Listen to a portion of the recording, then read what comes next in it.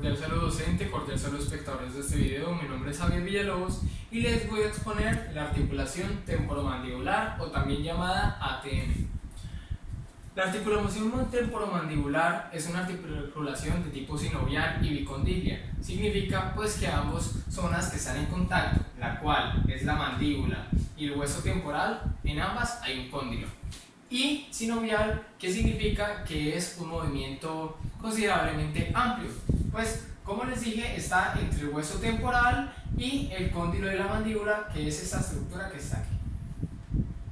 Los componentes son 5, de los cuales el primero es el cóndilo de la mandíbula, como se los expuse anteriormente, está aquí.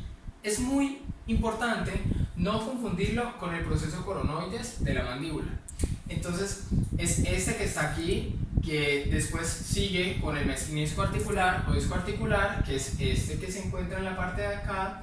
Sigue la cavidad glenoidea del temporal, la cual es la que hace una estructura, un choque directo con el disco articular, que es la que está en la parte de acá, más específicamente esta.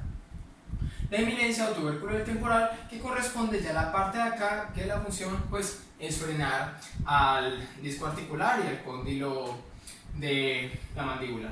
Y por último está el conducto auditivo externo, que es este de acá, ya sabemos que pertenece a este sector de la parte de acá. El cóndilo mandibular.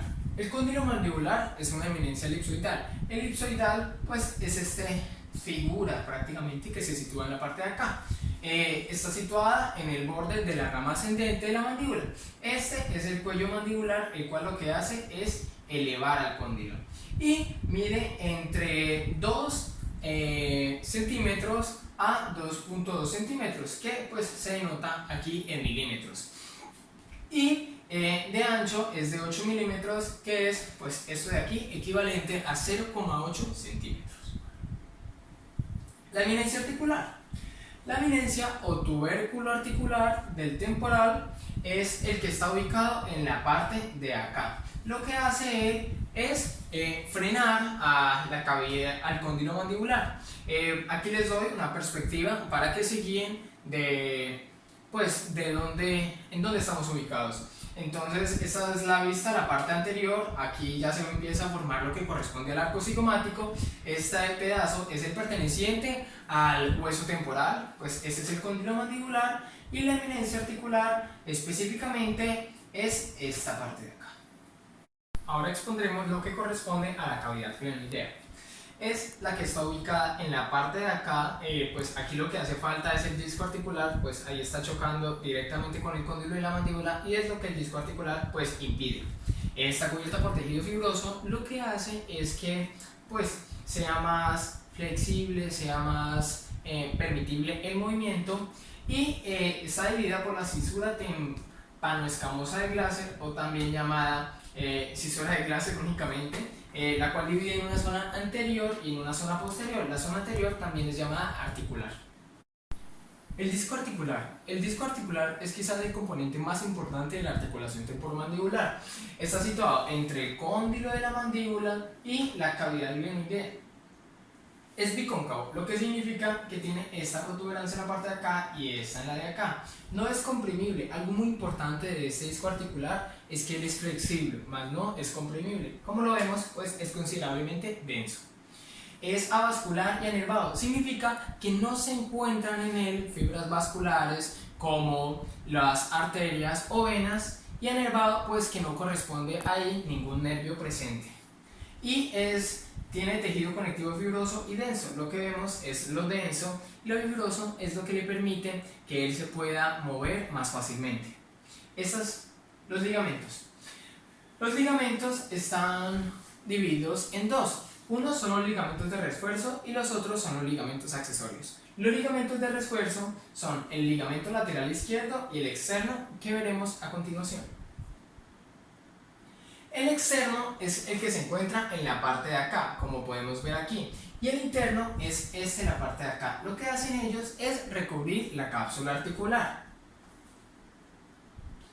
Los ligamentos accesorios son el pterygomandibular, el esplenomandibular y el estilomandibular, el cual el pterigodeomandibular es desde el ala del pterygoides hasta el labio interno del trígono retromalar. Y el ligamento esfenomandibular es el que va desde la espina del esfenoides hasta la lengua mandibular, que ya veremos lo que corresponde a la lengua mandibular. Y el ligamento estilomandibular va desde el proceso estiloideo, el que está presente acá en el hueso temporal, hasta el borde posterior de la rama de la mandíbula, que corresponde a la parte de acá. Ya veremos a continuación.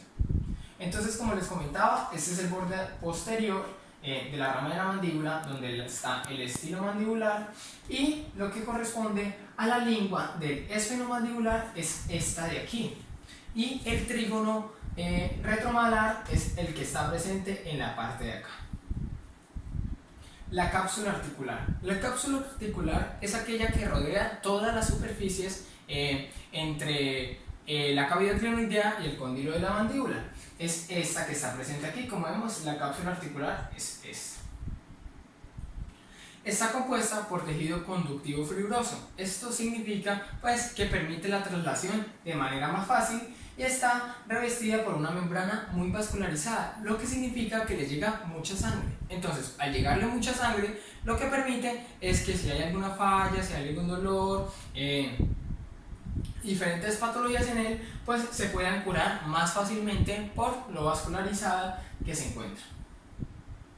La relación céntrica. La relación céntrica es una posición, lo que significa donde el cóndilo no pasa al tubérculo del temporal. Recordemos, esta es la cavidad glenoidea, este es el tubérculo del temporal y esto es lo que corresponde al cóndilo de la mandíbula. Entonces, como vemos aquí, la boca está cerrada, es decir, está en un plano oclusal perfecto. La relación céntrica se presenta porque no avanza el disco articular ni el cóndilo mandibular hasta el tubérculo del hueso temporal. Aquí ella tiene abierta la boca alrededor de 20 milímetros o 2 centímetros y sigue permaneciendo en relación céntrica porque no alcanza a abrir suficientemente la boca como para que el disco articular y el cóndilo de la mandíbula se vayan hasta el tubérculo del hueso temporal. Aquí, como vemos, ya tiene una mayor extensión de su área bucal y lo que hace es que el cóndilo de la mandíbula y el disco articular ya tienen que hacer un proceso de traslación hasta el tubérculo del temporal para así pues, poder abrir lo que corresponde a la boca. El descenso o apertura. Los músculos que influyen en este proceso son el pterigoideo lateral, el digástrico, el miloioideo y el genioideo. Como vemos aquí, la apertura se realiza normalmente entre los 40 a 60 milímetros, lo que corresponde a 4 centímetros o 6 centímetros respectivamente. Aquí les voy a mostrar los músculos que están involucrados en este movimiento. Nos falta el pterigoideo lateral, que está ubicado en la parte de acá. Sin embargo, tenemos el digástrico, que es este que se encuentra en la parte de acá, en su vientre anterior, y aquí en su vientre posterior. El miloioideo, que se encuentra en la parte de acá, y el genioideo, que no lo podemos apreciar, puesto que está debajo del miloioideo. La elevación o cierre mandibular. Los músculos que están involucrados son el temporal, el macetero y el pterigoideo medial, que veremos a continuación. El pterigoideo medial se encuentra en la parte de acá, sin embargo, en esta imagen no lo podemos apreciar. El macetero es el que se encuentra en la parte de acá, en su rama superficial, y este en su parte profunda. Y por último, el temporal, pues es el que encontramos en la parte de acá. La protrusión. La protrusión están involucrados músculos, los dos pterigoideos, el medial y el lateral, que podemos ver aquí, que este corresponde al pterigoideo medial y estos dos a la cabeza superior e inferior del pterigoideo lateral. Y el macetero, que no podemos apreciar aquí, pero estaría en la parte de acá, por encima del pterigoideo medial. La protrusión se puede presentar en cerca de 15 milímetros, lo que corresponde a 1,5 centímetros aproximadamente, que se puede llevar la mandíbula hacia adelante del maxilar. La retrusión. En la retrusión hay dos tiempos. El primer tiempo se ve involucrado el músculo digástrico en su vientre anterior. Entonces, como les comentaba, él tiene uno anterior y no posterior. El anterior es que se ve involucrado en este proceso de retrusión. Y en el segundo tiempo está el temporal, que es este que está acá.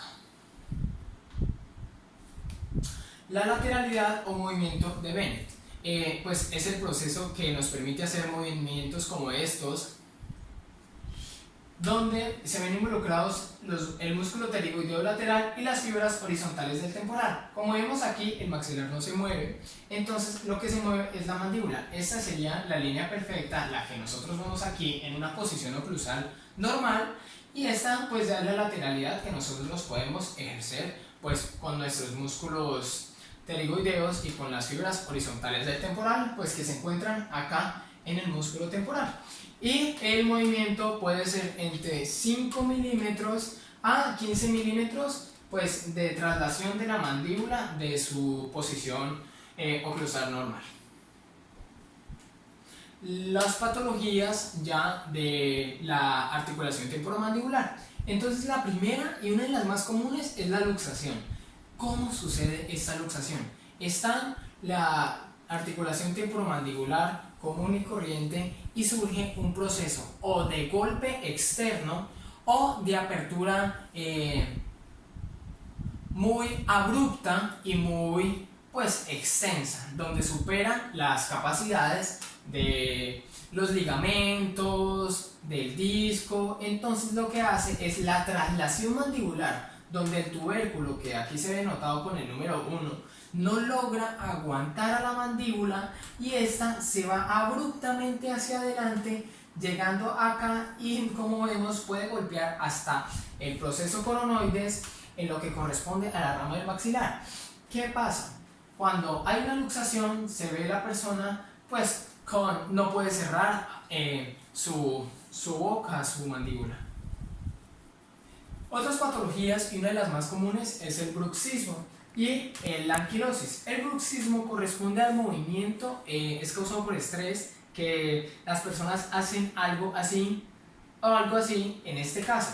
Como podemos ver en este, lo más probable es que lo que hace es llevar la mandíbula hacia adelante, entonces los dientes se van recostando hacia la parte posterior y se los va moliendo, como pueden ver, es un caso impresionante.